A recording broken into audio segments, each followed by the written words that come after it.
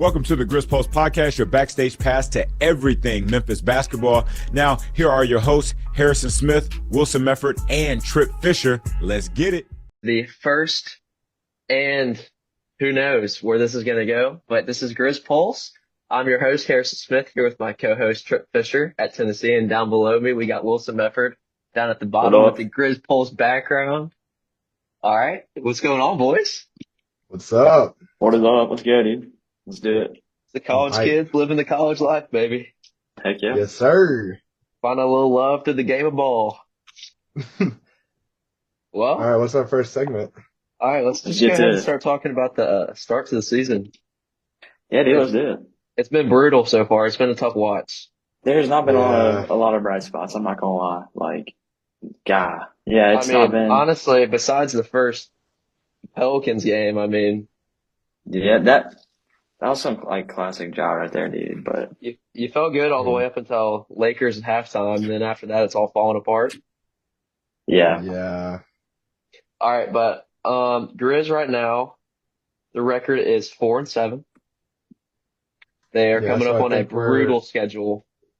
Yeah. We're in the play-in right now. We're currently the 10th seed, yeah. We're not fully just at the bottom of the West, but we're heading that way, the way we've been playing.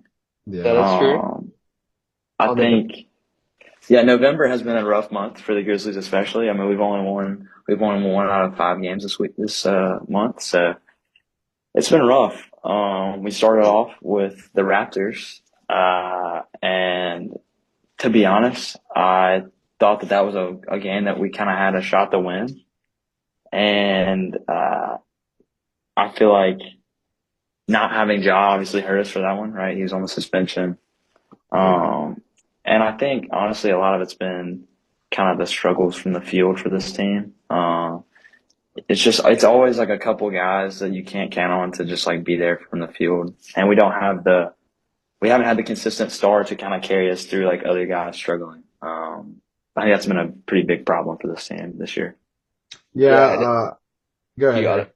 I was just going to say that, when you've needed your wings to step up, KCP and Wells have been horrid from the 3-point line. Wells I saw a stat the other day that was Wells is one of the worst shooters in the NBA so far. The only people that have met the requirements, he's one of the worst. Yeah, but honestly, which is not what we saw from him last year. Yeah. Yeah, but second season, sophomore slump. He'll figure it out. I'm not worried about him at all. Mm-mm. Yeah, but I think there's multiple people that need to step up. Wells needs to step up and KCP. But who's really, really stepped up for us and could be a potential star is Coward. You gotta love the guy. I love him. He's making a run for Rookie of the Year. And he's almost top 10 in almost every rookie stat. He's been playing great. And I think, if you've been following the Grizzlies, I think this was kind of what a lot of people not expected, but kind of thought was his ceiling, right? We drafted him thinking, all right, we didn't get to see a lot of him last year, in college, obviously with the injury. But then, man, he has gone above and beyond what people even expected of him. I think he might end up being the steal of the draft. I think if you redrafted right now, I think he'd still get flag 1, Edgecombe 2. But I think you can make a real argument that Coward will potentially slot into that 3 spot. I agree. So, I think so too. I remember the first game, the Pelicans game, he came down on a fast break, got an and 1, and started flexing at the crowd, and I was like, we got him. He just fits in so good. And he does. Once he has the ball in his hand more and he starts trading his own shot, I actually don't know the ceiling for him. It seems I really high. I might cop a jersey, bro. It seems higher than honestly the guy that we kind of traded for to get Desmond Bain, right? He's obviously the game winner. Everybody's freaking out about that. But if you go look at he hasn't been playing well at all. Nope. No. And I think right now, if you look at that trade, obviously Desmond was probably one of my favorite players, and that kind of sucked seeing him get traded away. But the way it's working out right now, it's not been too bad of a trade for us. Obviously, still got to figure some stuff out. Honestly, what's been kind of more surprising to me is how Jaren has played this year too. I think everybody's kind of focusing on Ja, and it's kind of taken a little bit away from Jaren. But he's been okay, but I felt like it kind of seemed like last year that people were just like, yeah, he's better than he plays more than Ja. He's more consistent. And also there were times when he was a better scorer than Ja last year. And he honestly, he hasn't really done that for us this year. Now, obviously he's still an elite defensive asset. And that's kind of like why you have him, right? But, I think the scoring hasn't been there, and then his rebounding has been kind of inconsistent, which is a little surprising. And then he's obviously always struggled with fouls. That's kind of something that's just, I don't know if that's ever going to go away. But Yeah, I just feel like whenever the double team comes, I mean, if you are on defense guarding Jaren, you double team every single time because he's probably one of the best one-on-one scorers in the NBA. So, I mean, yeah, and sometimes he just got to put his head down and go to the bucket. And, I mean, it's barbecue chicken down there, you know? Yeah, you can do a little floater. That's I mean, come on now. But I just feel like he's been a little hesitant. I mean, he's got to realize that he's a star in this league and he's got to go get it. But I think once Edey comes back, he'll step up I think a that lot could more. open up a lot for him. Yeah, that's going to help both Ja and Jaren out. I think having to start Jock Landale is not ideal. I mean, he's played, which is not that bad. He's played horrible, fine, right? But he's not the same caliber of dude that Edey is, obviously. Of course. So I think that'll make a huge difference when he comes back. Hopefully he can stay healthy this year. But I mean, kind of just go look at the first 11 games so far. I think the first couple games you played fine, you're figuring it out. But I think the stretch that really hurt you is when you lost to the Lakers at home, lost at the Raptors, which you didn't have Ja there. That was just bad. Yeah, that's kind of And then you go lose to the Pistons and lose to the Rockets, which Pistons and Rockets are good teams. I mean the Pistons, they're number one in the East right now. You can't argue they that. Are, but you would love to scratch out two there. I mean, the Lakers game, I mean, you just sold that game. Yeah. I think obviously getting the win against Dallas was very necessary. It's been, I mean, you lose that game, you're on a 6-game losing streak. I mean, and then you're kind of maybe at that point thinking, all right, what's the season gonna be? But we're 4-7, we're still in the 10th slot. 4-7, you've played a lot of good teams. I mean, you don't have Edey and Jaws. Clearly, there's something he has been one of the least efficient, quote unquote superstars, right? Because that's what you expected from him. But I mean, he hasn't played. We haven't seen him play at the level we saw him play in 2021, 22. And I'm not necessarily worried about it. I mean, in that Thunder game, he was 3 for 18 or something. It was awful. But I mean, he wasn't forcing up shots or anything. He was getting his normal looks. No, definitely. He just wasn't. It wasn't hitting. It wasn't his night. I mean, to beat the Thunder, to beat the best team in the NBA, there ain't any chance. I mean, your best player can't have a bad night. But I mean, just the way the cookie crumbles sometimes, you know. I think there's also a lot of the media trying to pump it up and make it seem trying to stir the pot a little bit with the Ja trade. I mean, I think that a lot of that's just, I mean, who wouldn't want to have Ja on your team, and especially at the time when his price is at its lowest that it has ever been, right? Because people are saying, all right, he's in his 7th year. His best year was when he averaged 27, and he was just a force on the court for us. Yeah. And now he's in his 7th year, 5 years later, and he's only averaging 20. He's doing it way less efficiently. And he just doesn't look like the same player out there. But I still just think, man, you can't trade away a guy like this unless you are getting absolutely the best package possible you can for him. And I think this is more of a retool year. I don't think we're going full rebuild. I don't think that's the way that we need to go. I agree. Yeah, and while we're on this topic, I think we should just go ahead and get everyone's takes on the Ja thing. We kind of just got yours, Matt, but I'll go ahead. I just think this is a big year for Ja. I mean, he's got to step up. I mean, Bane's been your core leader ever since Bane got here, he's been your core leader. Gosh, Matt, you're making me laugh down there, bro. I'm freaking shut up, dude. Lost let's see. I lost train of thought down there. But you're talking about Ja, he's a step out, doesn't and all that stuff. Bane's been the leader for the last 4 years, so I mean, Ja's kind of been, he's been your star, but I mean, you would never say that Ja was the leader, the locker room leader.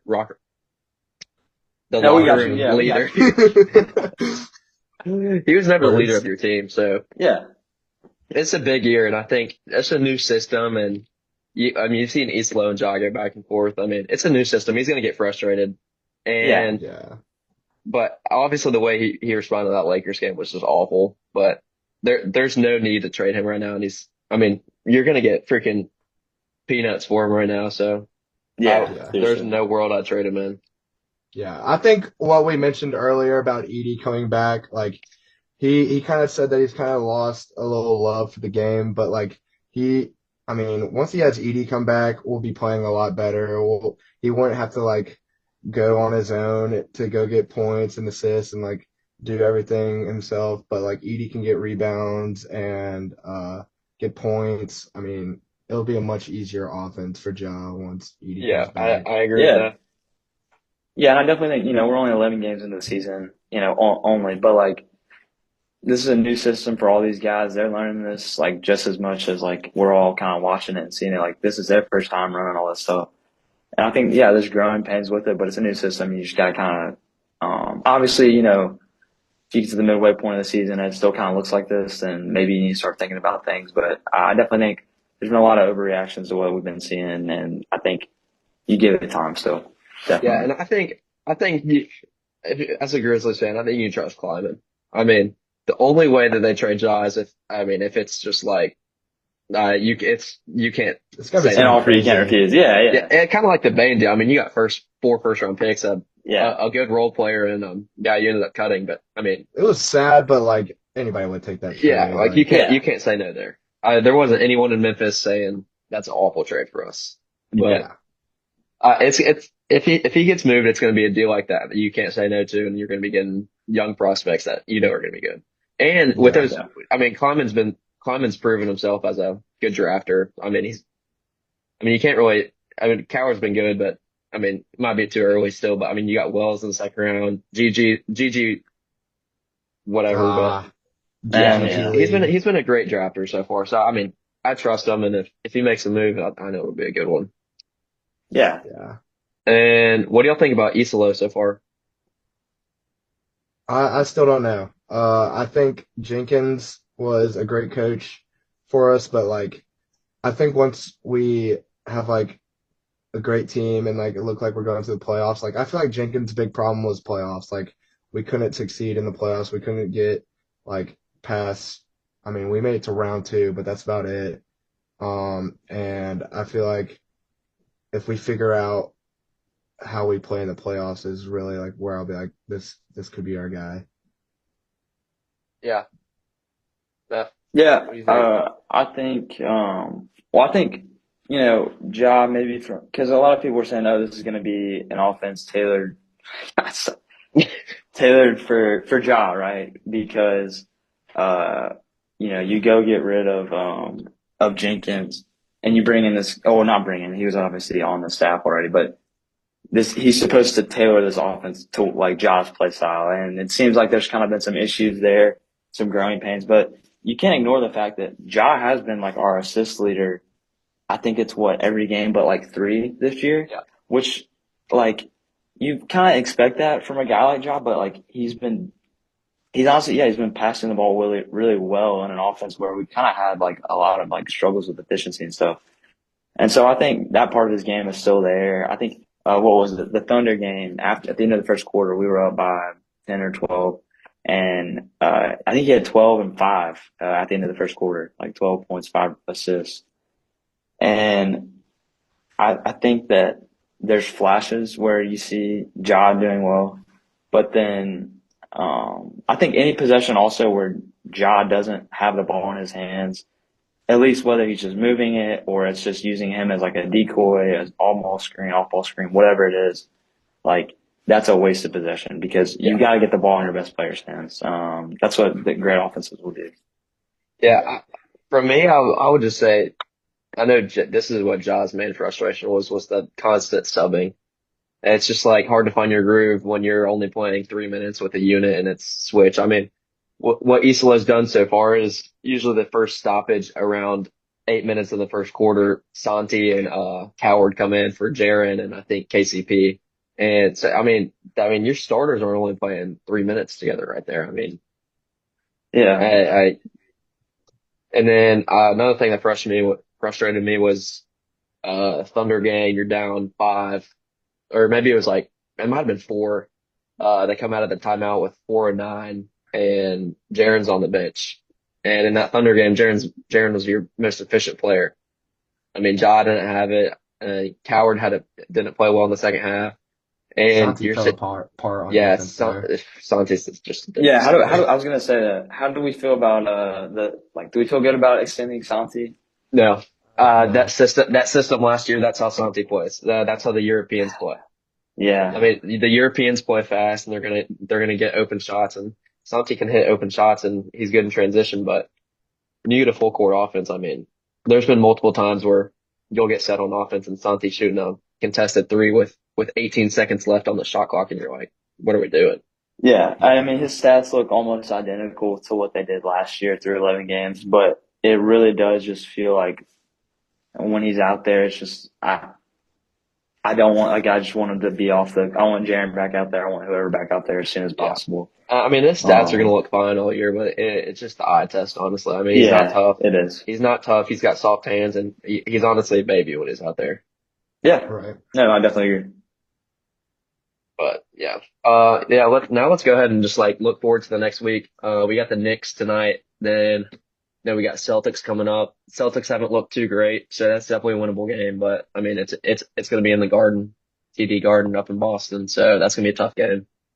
Yeah. But you really need some wins, and I mean, when you're in the West, you're going to get good wins because I mean, you could argue that there's 12 teams that are going to be trying to make the playoffs this year. So in the West, at least.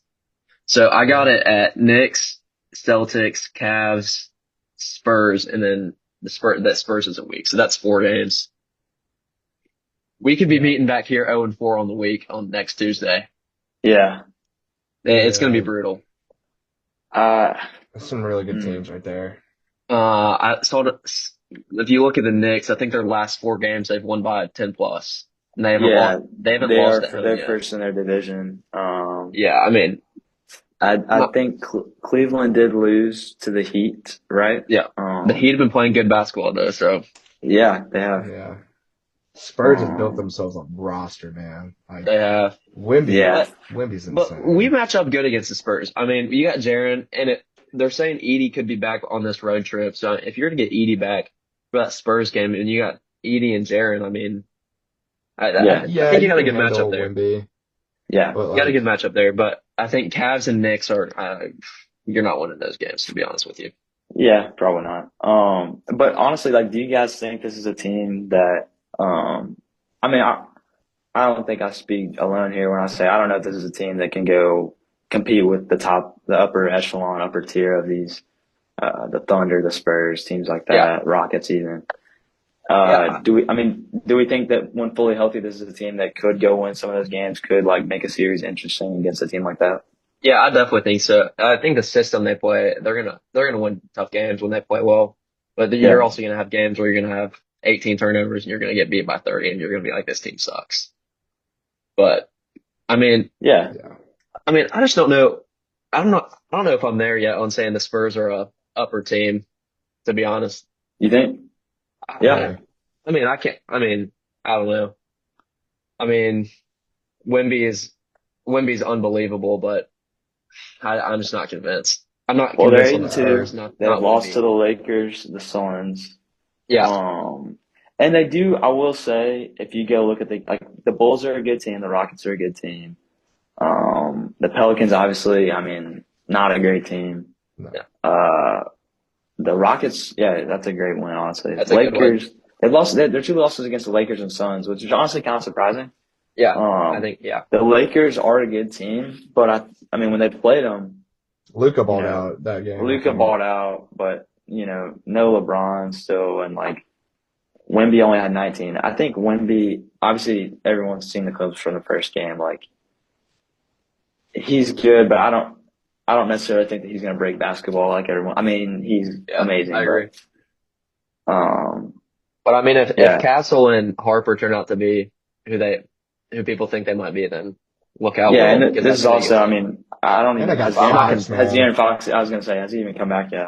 I think he started playing this week. He's going to play. Yeah, so I mean that's going to be a hard team to beat. I mean, you can maybe make the argument they haven't really, this is our first year kind of back being in that upper tier at the start of the season, and Maybe that's we'll my see how hot that take. plays out. Hot take of the day is that I'm not convinced. Hot take of the day. Okay, That is a hot take. Yeah, that is a hot take. I'm not convinced, man. I'm not convinced. I don't know. I mean, well, Wemby is doing step back threes at 7'5" or whatever. I'm pretty convinced, bro. That's insane. That is insane. I agree, but not convinced.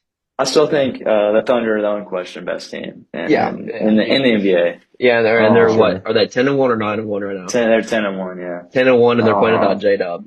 So yeah, I think say what you want about Shea, but he's a baller. He is. Free throws kind I don't of points too. All right, to end off this right here, why don't we go through? We'll start with the Knicks game. Are y'all saying that's a win or a loss? We'll go through all three of us. Meth. Knicks game. Okay. Let me look and see. Give me 2 seconds. Let me see if they've got anybody injured right now. When does Edie come back? So they don't have Mitchell Robinson. He'll be questionable for our game. Yeah. So I think that could be a matchup you look to explore, but they still got Towns, obviously. I mean, yeah, it's a pretty loaded team. They don't have great center depth outside of Mitchell Robinson, but I think it maybe for me it maybe depends on if he plays or not. If he plays, I think give me the Grizzlies. If he doesn't play, give me the Grizzlies. If he does, I think the Knicks probably are going to win that game. Yeah. Trick, the answer about Edie is Pete Pranica, the GOAT Pete Pranica, said on the broadcast the other night that he thinks that Edie could be back by the end of the road trip. So that'd be the Spurs game. But I think the earliest he'd be back, it's probably Spurs game. Yeah, so probably I'm going to agree with Wilson. Like, I think that's probably going to be a loss, but I think once we get done with the road trip and Edie's back, that will really help the team. I mean, these teams that we're playing on the road are pretty good, and Knicks, I mean, they went to the Eastern Conference Finals last year. They're a pretty talented team, and they got good chemistry, and I don't know. I think that's a loss, but I think once we get done with these road games, we should lighten up a little bit. Yeah. I'm going to go with a loss. I'm just not feeling this game. It's a physical team, and I don't know if physical teams against the Grizzlies just haven't ended up good so far. Now let's go to the Celtics game. Celtics are 5-6. That is a back-to-back. That's Wednesday night. So yeah, back-to-back game. So Matt, we'll start with you again. I mean, obviously they're not the same team without Tatum, but they still have Jaylen Brown, who will go give you 30, pretty much nightly. They've got Derek White, they've got Pritchard, they've got all these guys. So I think, maybe if this game was at home and it was not on a second leg of a back-to-back away, then maybe give me the Grizzlies. Even though the Celtics aren't the team that they were last year, I think still probably that's going to be a tough one to win. So yeah, I agree with that. Give me the Celtics. Yeah. I think this game's going to be a lot closer than the Knicks game. I mean, I don't think the Celtics are as talented as they were last year without Tatum. And I mean, if we can just I think if Howard could really step up this game and really step up on defense for us, I think this could be a good game for us. I mean, I'm still taking the Celtics, but not by a lot. Like, I think that we're kind of a first half team. And yeah. I think we won't go through the stretch there. So yeah, Celtics. Yeah. Yeah, I'm gonna take the Grizzlies this game. I think the Grizz are gonna be, if I'm right, I think they're gonna lose Tuesday, and I think they're gonna be in pretty dire need of a win. I think they're gonna come in pretty motivated to the Celtics game. I think they'll get a win there. I think it'll be a close game, but close win. And I think that could be a shot. That could be. I mean, honestly, any of these wins could be a pretty big, like, just for the locker room. Yeah. Then we'll go to the Cavs game. That's on Saturday, so you have 2 days of rest there at Cavs. Man, no. I think that's going to be a consensus no. Donovan Mitchell is playing at another level right now. Nope. He had 15 rebounds the other day. Darius Garland's coming back too. He'll be probably back. Yep. He's gonna miss, I think, They have a game before us that he'll miss, but I mean, Yeah, he'll be back when we play him. If the Grizz win that game, Tripp shaving his head. Yeah. All right. Said here first. Actually, yeah, we're locking that in. Yeah, I like Yeah, that. lock that in. Yeah. All You right, have no boom. choice. All right. Next We're doing episode, it on the Tripp's. podcast. You know, I'm taking Grizzlies in the Cavs game. Let's go. All right. Then we got Grizz against the 8-2 Spurs. I think so. This one, the podcast might be recorded before, so we'll have to kind of put our pick in now for that. Yeah. But I mean, I think take the Spurs. I think, Yeah. especially with Fox coming back. Yeah, I think if the Grizzlies can win 2 out of these next 4 games, You can't I go think winless. you can't go winless, because then you're sitting at 4-11, and I mean, just no kind of you'd be on a huge losing streak, no motivation, no like positive outlook on this year. I think missing out on the playoffs for this team would be a really big blow to like what we've been trying to build with this core. Yeah. Yeah. Yeah, I think Then, that's a hey. loss to the Spurs too. Yeah. Looking around the league, the Mavericks, this is just like to end it off, I guess. How about Nico, right? That happened today. Yeah. I mean, Oh, yeah. What do we think about? I mean, I think he had it coming. Obviously, I don't think Yeah, it that should have happened earlier. it's a surprise. Yeah. Yeah, but it's like if you fired him right after the Doncic trade, it's like, well, then you just screwed us and he's you're leaving. admitting, yeah, kind of. Yeah, But that's true.